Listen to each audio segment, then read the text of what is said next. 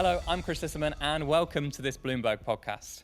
I'm joined by special guests from the world of Bloomberg to share real stories from this global leader in business and financial information. In each episode, we talk about a different aspect of Bloomberg's work and culture. And in this episode, we're talking market transparency and brand integrity. Bloomberg has an incredible intersection of data and news. And so, from those worlds, from data analysis, we've got Moyinoluwa Anoma, welcome to the show, and anchor and editor-in-chief, Francine Lacqua. How are you both? Great. Fine, thank you. It's a privilege to have you on the show. Really looking forward to getting into this discussion. We're just going to have a little chat, if that's all right. Brilliant. We can't wait. We always start with the same question on the podcast, which is, why did you say yes to Bloomberg? Anoma, do you want to go first? Yeah, sure. I feel like the reason why I said yes, everyone says this during their interview, but this was actually the reason why I said yes. I really liked the fact that I knew that I wasn't going to be working on one type of data set. I don't know if that makes sense, because for specific industries, when you join those industries, you'll be working on one specific type of data set. And I really liked the sort of like diversity of data sets that I'll be working on. I liked that there were so many different products that were not just the terminal, and they had different data sets that were feeding into these different products. I really liked that, and it sort of psyched me to want to say yes to Bloomberg, and also like the philanthropy part of the business. I am a big social impact advocate. I do that for fun. Right from when I was in high school into uni, I am an advocate of the Sustainable Development Goals, and I really loved the fact that I could join Bloomberg and volunteer and also get paid to donate to a charity of my choice if I meet the number of hours that I volunteer for within the year. I really liked that, and I feel like that sort of tickled my brain to say yes. So I know people say that answer a lot during their interview, but I am practicing it even after joining Bloomberg. So I'd say, yeah, those were the reasons why. Really impressive, yeah. So that idea that you could do good by working here was part of that reason. And for you, Francine? I mean, so mine's a less brainy response because so I started 24 years ago. And actually at the time I was straight out of law school and I was going to become a lawyer, but I always wanted to become a journalist. And so I was offered an internship and I had to show up 3 days after my last exam. And they put me on the night shift, which was starting at 2 a.m. And I thought, absolutely, let's give this a go, because I just wanted to be a journalist. And at the time, it was a good opportunity to get into a cool company. Sounds brilliant, doesn't it? And tell me a little bit more, both of you, about what you do and what's got you there. Career so far, a few highlights. Anoma? Sure. So I am currently a data analyst. I work with the global data analytics team on the third floor in the London office. I moved to London 1.5 years ago, November 2022 to be precise. Before then, I actually have a bachelor's in human resources management. And then I decided to move into tech, specifically data, when I was in my penultimate year. So yes, outside of my work, I am the founder of a tech community where I help women get into tech. So I do trainings, I do conversations, I do boot camps, mentorship and everything in between, just to get more women in tech. And I'm also an upcoming tech influencer. And for you, Francine? So I ask questions on TV mainly. So I wake up really early. I wake up at 4:37, come to work, and we have editorial meetings. And then I'm on air 9 to 10. And I also do a podcast, which is quite fun. And then I do a leaders interview show. And I travel quite a lot for work to interview kind of big leaders and chief executives. So I'm a journalist. It's a great work. And I wanted to ask a little bit about what that day in the life looks like. You said what time the alarm's going off. That sounds painfully early to me. What time's it going off for you, Anoma? Recently, maybe 4:50, because I have to be at the gym by 5.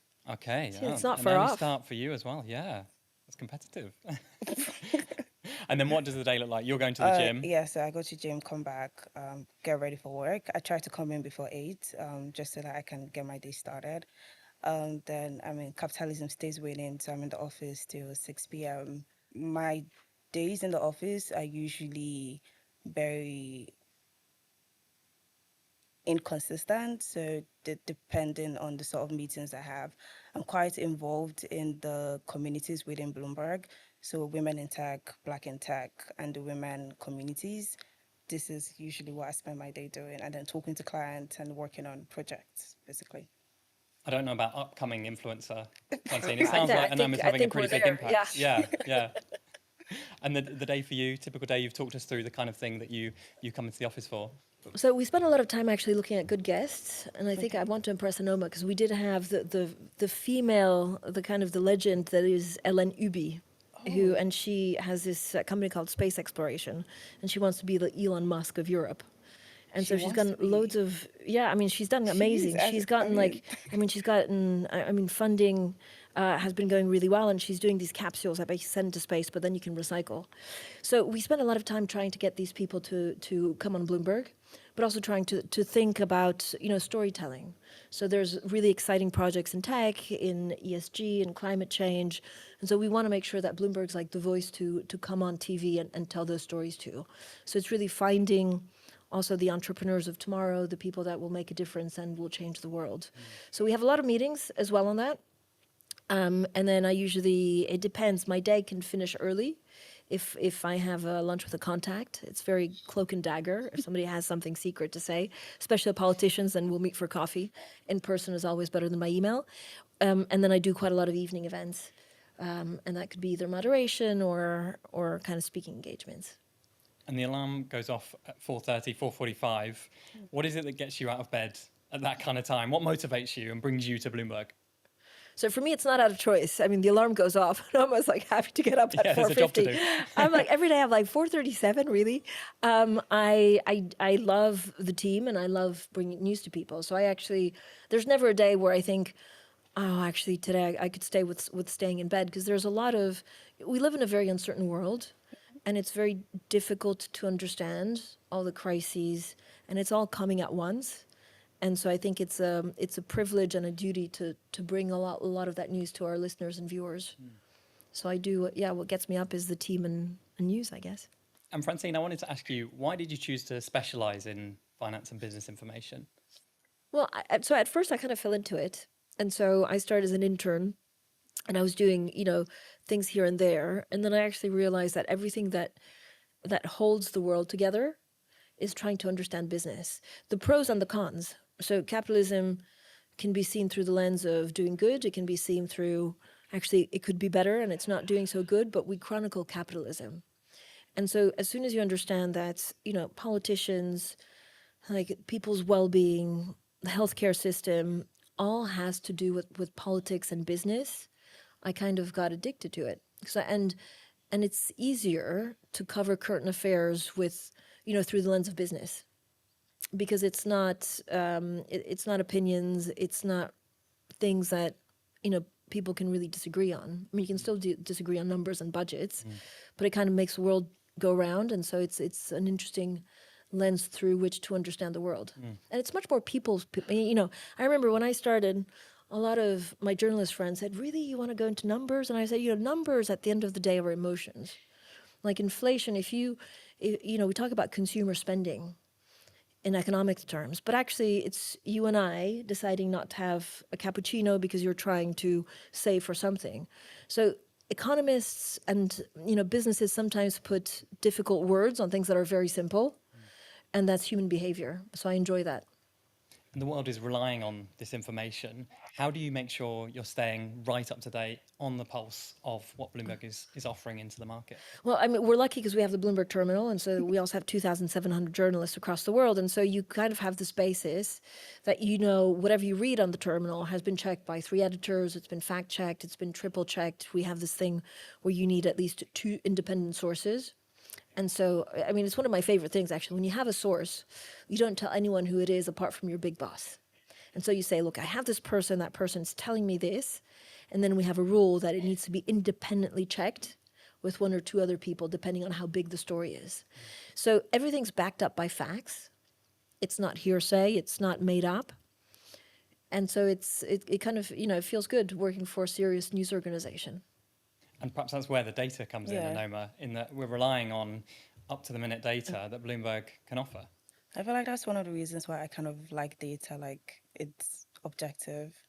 It's, I mean, sometimes you can manipulate, but it's actually objective in like plain sense, if that makes sense. The facts are just glaring, and like she mentioned, statistics can be emotional, but they're also very glaring, and they're just like face value. You don't. And that up to the minute data, you're relying on that, Francine. Could you tell me a little bit more about how Bloomberg is a leader in data and a leader in news and how that ties together? Well, so I'll be on air and I actually have live pricing for everything and anything. So it can be soybeans or it can be, gold and cocoa. And so if there's a big, market move that people want to know, then we're kind of at the forefront of that because I have access to that straight away. So we do a lot of live market checks, and usually they're within range, and then there'll be like something really crazy happening, or like gold or Bitcoin. I mean, Bitcoin's like a whole other, a story, but we follow it in live pricing, and again, it just makes it interesting. It means that you're current, and that you give the best information available. And you've got it right there. You can and you have react it right straight away. there. Yep. It's Amazing. there, and we can also put it on the walls behind us. That's cool. Yeah, it is quite cool. That's feeding through almost immediately from Live pricing. Yeah. Do you get Amazing. scared, like when you're talking to someone and you hear something, and do you get scared whether you should talk about it or whether you should like keep quiet? I mean, I don't get scared anymore. I think it was a challenge when you start out and knowing your voice and finding your voice. If it's a very big interview, I get very focused. So I feel like sometimes I just want to be in my head because I want to make sure I understand exactly, the implications and what you call news judgment. Should I ask this? Is it fair? We always try and be fair, which I think is where data helps, but also thinking helps and saying, look, this doesn't feel right. We should ask these questions and put it into context. So when I get focused, I'm really no fun being around, and I'm usually quite fun being in the newsroom. But if I'm very focused, then I'll need like 2-3 hours where I'm just in my brain, kind of saying, right, this person's going to say this, I'm going to ask this, or is this a reliable source that I need to kind of like escalate? But it's all thanks to data. You're right. I mean, it's all thanks to data because it's not, it's not opinion. It's not made up. Yeah. Like data is there, and so it's again, it's kind of like it's a privilege, and this is why we have a great reputation, also in the news world. Like we take it seriously. We have a lot of reporters on the ground. We invest in news, and that's thanks to, the data. Yeah, and you mentioned the fairness of the interviews you're trying to conduct and the people that you've got in the room. You want the story and you want the truth, but you also want to be fair to what they want to say. How do you manage that? Are there values, or is there a kind of guiding principle for you when you're in that seat? I mean, I think you need to first of all, think in advance about what you're trying to achieve with the interview. So you need to have a good starting point. And actually, we just don't really sensationalize. So you can do a very tough interview. I think my boss always says if you make enough people mad, then you're probably doing something right. So it's not only on one side, but it's also you just hold power to account. And so you ask the difficult questions. We tend to do it politely. We tend to not sensationalize, but not afraid of answering questions. And also something that I'm very proud of Bloomberg is that we never give questions in advance, right? So we can agree on topics and they're very vague, but I always have the right to ask whatever I want. And I think that's a very powerful tool as a journalist because it's not a bogus interview. Yeah, it's not scripted, it's authentic. Yeah, it's just a good conversation with someone that, has something to say. And I love preparing for interviews like thoroughly because you just want to be prepared because you don't know really how it goes or what happens. And so it's kind of like, it's a bit like being a baseball player or like a football player. It's like, you have to think of pacing, you have to think of how you deliver it, of fairness so that the person gets a hard time, but also gets a chance to respond. Yeah, and that's a fantastic approach to have, and I'm sure the reason why you're the face of Bloomberg in many ways from the newsroom. I mean, we're lucky. People like speaking to Bloomberg. Again, I think especially with fake news over the last 10 years, where it's gotten a lot more complicated. I remember it used to be really difficult to get a big leader to sit down with you for half an hour. And I remember having these conversations with, their head of communication or their head of PR saying, well, what's in it for us? Because this person can really mess up. Yeah. And now, because of fake news, they say, look, Bloomberg's reliable. They're going to ask tough questions, but they're not going to be crazy questions. And actually, the half an hour interview is appreciated because you see on the screen, it's always, data fact and like fact checked and data based. And so it's much more like, it's much easier now to get the big interviews than it was 10 years ago. And the world is relying on both the news and the data to make their judgments in the world. How do you assess that kind of impact you're making? Where do you feel like you're making the most impact, Anoma? That's a good question. I think from experience, basically, I think one of the reasons why I like my job is because I get to talk to clients. I can always see the impact from like the way they talk, the things they say, the feedback that they give, the conversations that we sort of have with them. Even when they are giving feedback, they always start with, "Oh, you guys are doing this. It's amazing. Can you just add like this little feature so that it's easy for me to access XYZ, XYZ?" So in that way, I personally and probably my team, we can see the impact, we can feel it. And we're like literally like in the middle of the middleman talking to clients and then taking their feedback and try to implement it in the back end. So I'd say that's like one of the major ways that I have been able to feel the impact. So got impact, yeah. Also, if you can't measure it, you can't fix it at the end of the day. And this is what chief executives say, right? If they have a problem and they don't have the data, then you don't really know what you're fixing. Yeah. So you need that information to be able to improve. And where do you see the impact of the work you do, Francine? I mean, we try and hold power or hold decision makers to account. So we had a great interview just a couple of days ago on trying to understand where some of the central banks are going through. So that's more on the economic side. So it's basically how they see inflation, and that moves currencies. And it's, again, trying to ask the right questions so that they say something so that we understand their thinking. And then there are bigger interviews.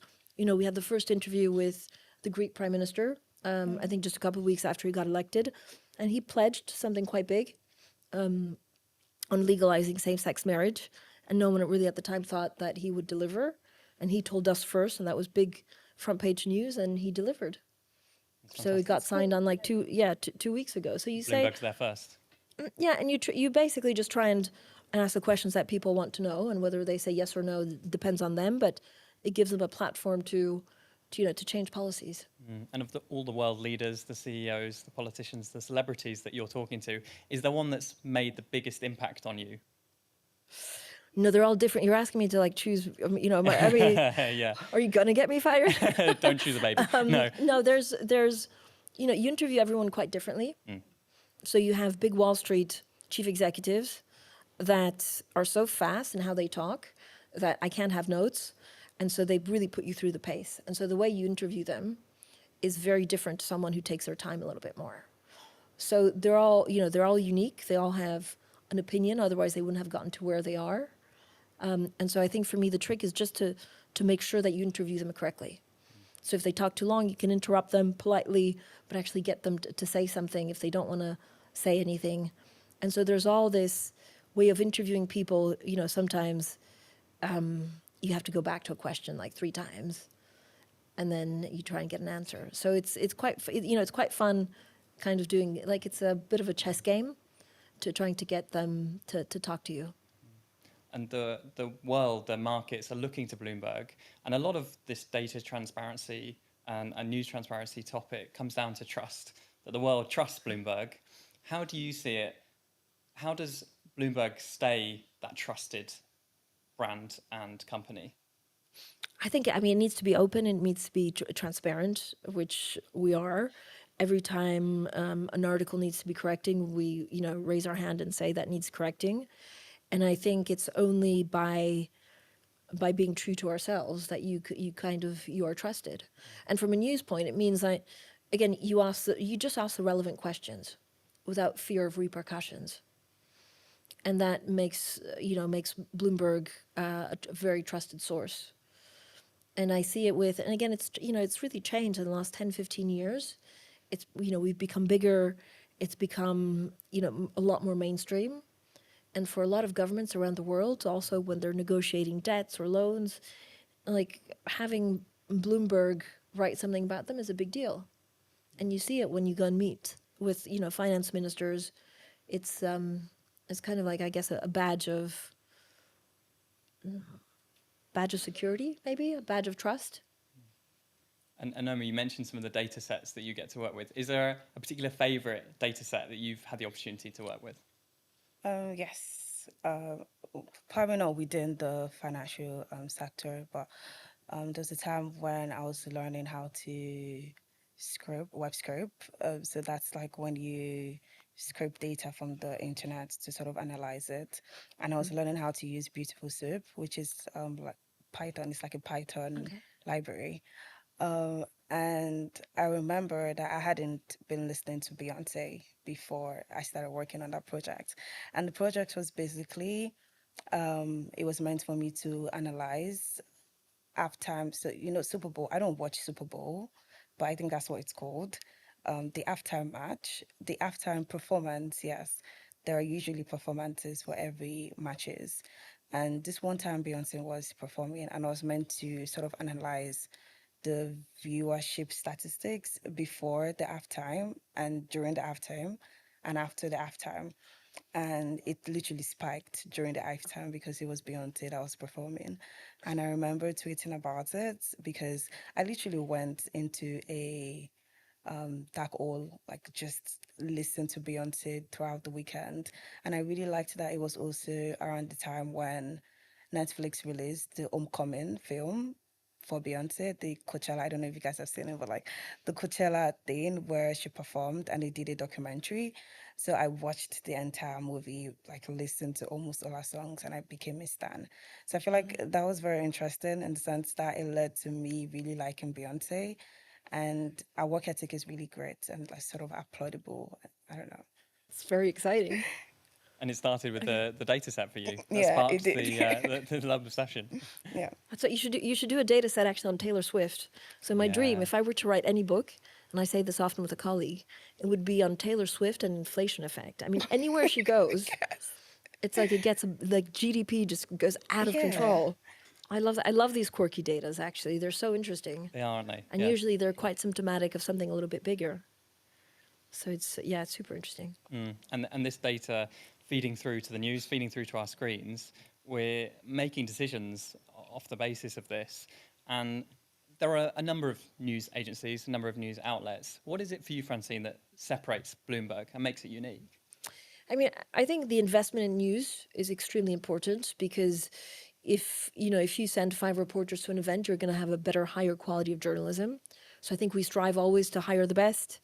I'm very, I love my newsroom. It's like really, it's great people. They're fun.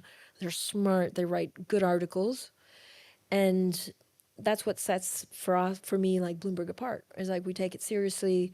We don't take each other seriously, but we take our work seriously, and so it's a very nice environment to work in, and it shows also with with the people that we interview, the finance ministers. I mean, we even got the Korean Central Bank to talk about K-pop. Sorry, I'm continuing like with the theme. Yeah. But Bloomberg has this uniqueness of seeing like underlying factors that maybe not everybody else sees through the data, which is again, it just puts us in a quite powerful position. So maybe not taking things necessarily at face value, getting under the surface a little bit. Yeah, getting under the surface, digging deeper, looking at the data, unpeeling some of the stuff that you read at first, and that's through investigations, but it's also just having smart people. And have you found that Bloomberg has a unique approach to data, Anoma? Oh, yes, I have. So before I joined Bloomberg, I had this myopic view of how vast data could potentially be. And then I joined Bloomberg and then I was wowed, to be honest. I feel like I spent my entire week leaving the office extremely late because I was just wowed by the terminal, for example. I was just like, I can have access to literally anything that I want, like any financial, whatever decision that I want to make, I can literally have it on terminal. And I felt like that was can I say badass? That was like very, that was very cool in my opinion. So I'd say it's extremely unique. And I also really like the fact that, so for example, the other day, um, we were trying to find out who the richest person from Africa was. So we were having an argument on my team. and I could find out on the terminal. And that's actually cool without having to actually go on the internet. So I'd say it's very unique, and I know that it's not just like the terminal that they have. They have so many other products that are very unique to specific financial sectors. I don't want to mention product names, but we have a vast number of different products that are providing different financial solutions to our clients. So I'd say that Bloomberg is extremely unique in the way they use the data, which I feel like is one of the reasons why they've become the best at what they do. Bloomberg was able to understand the value of data very early and was able to sort of provide value out of it. It's one thing for you to understand how valuable it is, but it's another thing for you to build like a system and a product that will bring out value and to give to people that will appreciate the value. Yeah. I have a favorite. I mean, so I use all of that data a lot. So, for example, if there's something that Apple says, and they say we're going to sell less iPhones to China, then there's a function and it shows you the exact breakdown of who supplies Apple. I mean, again, that's very powerful information because suddenly you look for, other companies that are in trouble because Apple is selling less to China. And then my absolute favorite function is you can actually look at oil tankers in real life. Yes. You're tracking I the saw whereabouts. that. You're on the terminal and you can see where they are. And again, in an energy crisis, like it's really interesting. And so you bring kind of this news alive. I don't know any other company that can track live I'm not sure. oil companies. I don't know either. Maybe, but it's just really quite cool. There's some serious tech behind what Bloomberg is doing, the Bloomberg Yes. terminal especially. And I'm interested to ask how that data that you have helps you share impartial updates with the world. What would you say, Anoma? There's so many wrong information spreading around, and it's sort of our responsibility to ensure that not only are we providing timely data, but it's actually accurate, which is why we recently in our team, for example, we've been very serious with data accuracy and every single thing that has to the principles, the steps in which you have to take to ensure that whatever data you're putting out there is extremely accurate. I feel like it's super important because in a world where it's filled with bias, it's filled with lies, it's filled with so many wrongful information, it's good to ensure that we are able to have our clients are able to have trust in Bloomberg. Like even if they're not checking data anywhere else, like if they're talking to someone and they're like, you know what, I trust what you're saying, but let me check Bloomberg quickly to make sure what you're saying is actually correct. I feel like that's sort of the value we provide, and that is why we try as much as possible to ensure that our data is as objective and it's very real and it's very true for our clients. And again, on the data point, I've had heads of states say, no, the economy is doing great. And I was like, well, according to Bloomberg data, unemployment has done this and you've lost 500,000 positions in this. So it's very powerful as a journalist to be able to look at numbers really at your fingertips and say, well, sure, you think it's going great because you probably want to be reelected, but Mr. or Mrs. President, let me look at Bloomberg. And the same thing for chief executives. Chief executive will say, well, we're having a spot of trouble for supply chains in the US, but that's fine. And if you look at the Bloomberg terminal, you say, well, it actually tells me that 60% of your sales are in the US. So that's going to be a big problem for you. And again, we just have that information. You can get that information really quickly in 3 minutes. I mean, you have to speak to Anoma to know the right functions. But it's, again, it's speculation, and it means you can challenge people. And we live in an era of skepticism now. Could you speak a little bit, Francine, about the importance of information integrity in that world? I mean, I think, again, we speak to the business community. We speak to people who want impartial information. And so it's only with impartial information that you can make the right decisions. If you start going on hearsay or ideas that have no sounding, then it's going to be really difficult to understand also where the world is going. It's time, both of you, for our quickfire round. Yes. Okay. Who in your career has made the biggest impression on you? I think all of my bosses that gave me good tips. and the ones that gave me less good tips because I still learned from it.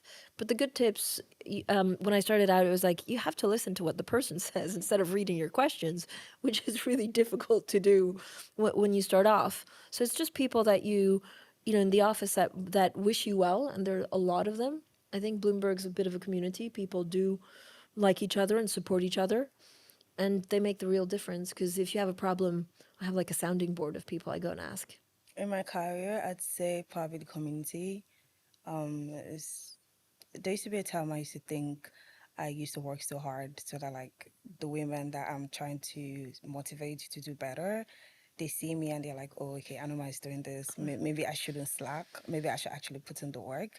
So I'd say the communities has made like the biggest impression on my career so far. And also people, like she mentioned, people that don't wish you so well, because you want to show that I actually did that. You didn't believe in me, and I went ahead to do it. What has been the most interesting thing that Bloomberg has inspired you to do out of work? So I volunteer a lot. Right now, I currently volunteer with First Tech. They are a partner with Bloomberg, and they help kids get into robotics, um, like very young. Bloomberg, it's not Bloomberg's fault I decided to volunteer. There used to be a time that every weekend I'd go all the way to, I think, Cambridge. So I have to wake up by, I think, 4 a.m. to catch the train to get to Cambridge by 7 a.m. And I'd never think that I'd spend my weekends actually doing that because I love my weekends so much. I like that I'm able to like face my fear and just go do the volunteering work because of Bloomberg. I sometimes meet kids, which I love, or do some training for charities to get their messaging stronger for example, policy change. But the wildest things, so I've planted trees for Bloomberg, and I don't have a green thumb, so, and then I've also walked dogs. So I have a friend in New York who does a lot of charity for Bloomberg, and she walks dogs as part of that charity, and I've been on a walk with her, and that was really cool. And finally, in our quickfire round, what is your favourite thing about what you do? I think for me, it's just meeting people every day, and it's trying to understand the world we live in. So it changes every day. It's never boring. Sometimes it's really never boring. Maybe a bit too much excitement, but it's waking up every morning and trying to figure out where the world is going. I want to still answer. I feel like it's just the people that, and also learning something new every single day. I don't have a finance background or a tech background, and I really, really loved, and I still love the fact that every single day I leave the office and I'm like, "Ah, I learned something new today." And it happens every single day without a fault for like the past 1 year and a half. If you talk to me by the end of today, I'll probably tell you something. I've learned something new from this conversation, basically. So I feel like I can say that I've learned something new today, but it happens every single day, virtue of just coming to the office and leaving the office back home. So I really, really like that. And also the people, what has broken their hearts, what has if their hearts, like all of these conversations. And I like that, for example, my team is very diverse. We joke about it a lot, but we're actually quite diverse. And I like that I can learn so much about Malaysia, for example. My work best friend is from Malaysia. I can learn so much about Malaysia without actually going there. I mean, I'd love to go there, but I like that just from having a conversation with someone, I know a couple of things about Malaysia. Yeah, I think it's really cool. Well done on the quickfire round. You've both passed. Those were snappy With enough flying answers. marks. Yeah, with flying marks. Thank Well done, you. both of you. No winners or losers, just you both passed. Anoma, you're doing a lot of work in the area of diversity. You mentioned the diversity of your team. Could you tell me a little bit more about the work you're doing in those areas? So it's sort of my baby. It's called Women in Data Africa. This is outside of the company. So basically, it started when I started posting on Twitter about. So I was doing this 100 days of data challenge. So you do 100 days of something challenge if you want to learn something consistently for 100 days so that you get like experience and you get versed in the subject matter. So I tell people to do that, start from like 25 days and go on to 50 days. So I decided to do 100 days, and to keep myself accountable, I decided to post on Twitter. And so any day that I missed on Twitter, people were like, "What haven't you posted? Where are you?" you didn't study today. People are judging me, and like it always made me feel weird. And so through that, so many people started reaching out to me that they wanted to make me their accountability partner. And I couldn't do that for everyone because then that's not the purpose of accountability. And so I created a group, and then I noticed that they were all women. And then one of my friends said, why don't you just make this a community since you're already doing so much? You're already providing resources, tech resources, you're going through their projects, you're reviewing their CVs, you're like, just to make this into an actual community and register it. And so I was like, okay, only if you give me like a name. And so she gave me a name for the community and I made it official. And that's that has literally become like my baby, basically. I love the work that I do there. Within the Bloomberg community, I am part of the Bloomberg Black in Tech, Women in Tech, and the women communities. So I'm a committee member for each of these communities. And so for BBs, for example, we try to help the tech professionals within the company to get probably better at their job, to provide networking opportunities. We do the same for BWIT, which is Women in Tech. So we try to meet as often as possible so that we can also provide some sort of space for people that might be struggling with their technical roles or they want to move into a technical team. So this is like the little I do in DNI, basically. Yeah. It's very impressive. It's an incredible endeavour to be part of.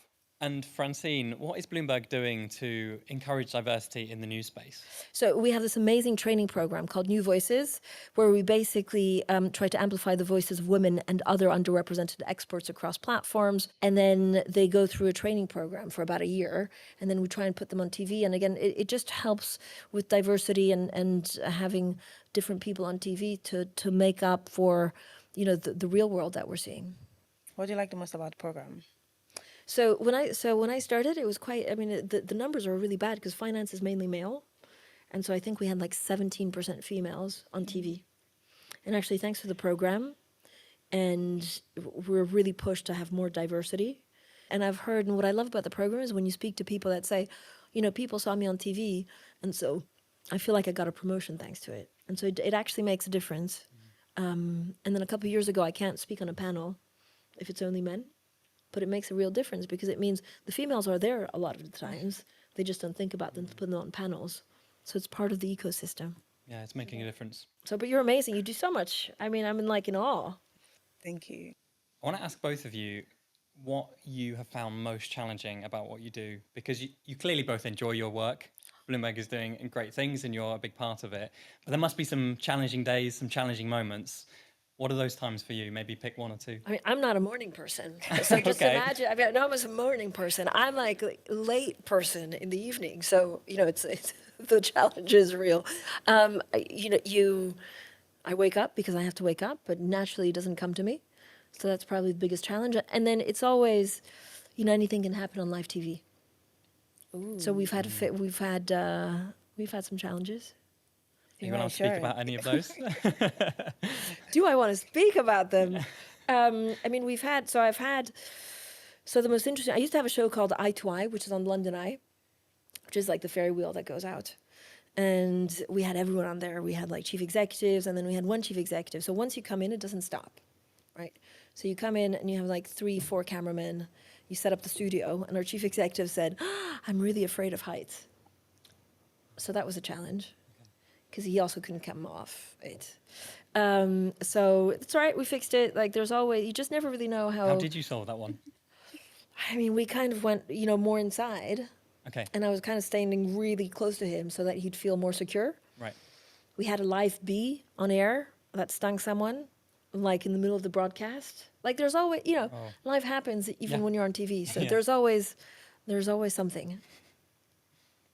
My biggest challenge would be keeping up can be quite challenging, keeping up with all of like the new technologies and all of like the new languages and all of like the new tools and softwares that are coming out every single day can be quite challenging. It's not undoable, it's actually doable. It's just you have to spend like a bit more time learning, which is what I tell people. When people tell me when people ask me, for example, how many months do I need to become a data analyst?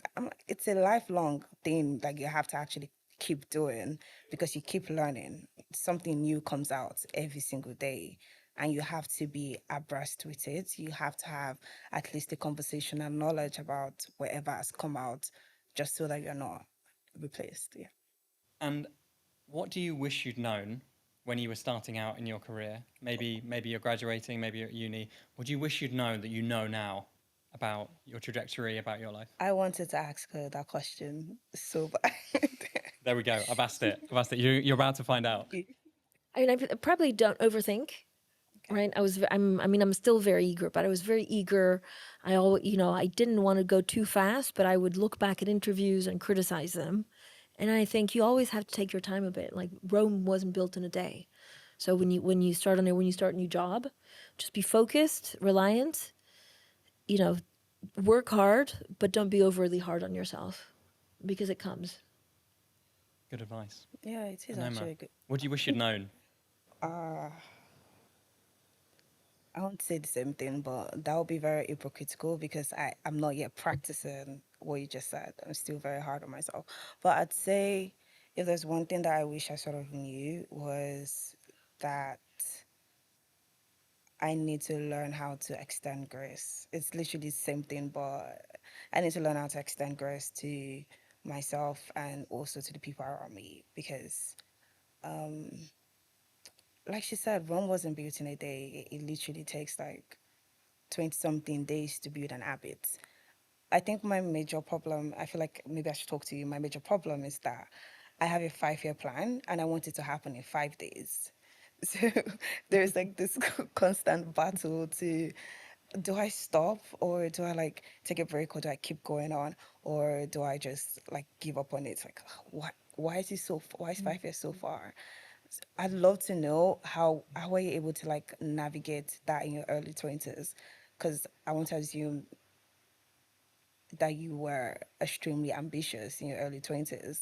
How were you able to navigate being ambitious and also like allowing serendipity, like allowing things to just happen, if that makes sense? So it's funny because I was thinking about this actually, a couple of months ago when someone came up to me and they follow me and they said, "Oh, you've had a great year." And I have had a great year because I've interviewed a lot of people that I've been trying to get for a long time, but I still never really take the time to say, "Oh, that was a great year." And I think sometimes when you work hard, just give yourself a bit of a pat on the back and saying, that was good. And so you have to be in the moment a little bit more. And I think it's hard, but Yeah. it's basically telling yourself, I've actually achieved something. It's not the 5-year plan, but actually I've achieved and I'm progressing. And I think as long as you're progressing, and I think as long as you're going towards something, it doesn't matter if it's 5 days, 2 years, 10 years, but kind of enjoy it. And so take that time a little bit more. And I still find it quite hard, right, to kind of enjoy when something goes well. Not because I'm stressed out, but just because I move on to the next thing. You're always on the So now, you're the kind live of- updates. And actually, it's good, I think, to take time and saying, great, this is good, and kind of I think it's more encouraging and it's a little bit more peaceful. So it's not being any less ambitious, but taking that moment to appreciate where you've come from, where you've got to, the successes you've had. But yeah, and also if it takes a little longer, I think you have stronger foundations to set you up, and if you achieve everything so quickly, then you don't have anything really to look forward to. So it's like strong foundations, build from that, and enjoy it. It ties to if you achieve everything so fast, you just peak, I guess. You have to be like Federer, consistent. Right? You have to be like, it has to be consistent. And so not slow, but just consistent. Anoma, Francine, thank you so much for joining me on the podcast. It's been an absolute delight to chat to you both. We'll see you next time. Thank you so much.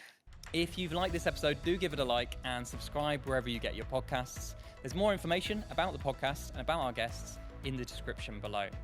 Check out the rest of the series for more fantastic guests from the world of Bloomberg. I've been Chris Lisserman, and thank you to my guests once again, Anoma, Francine.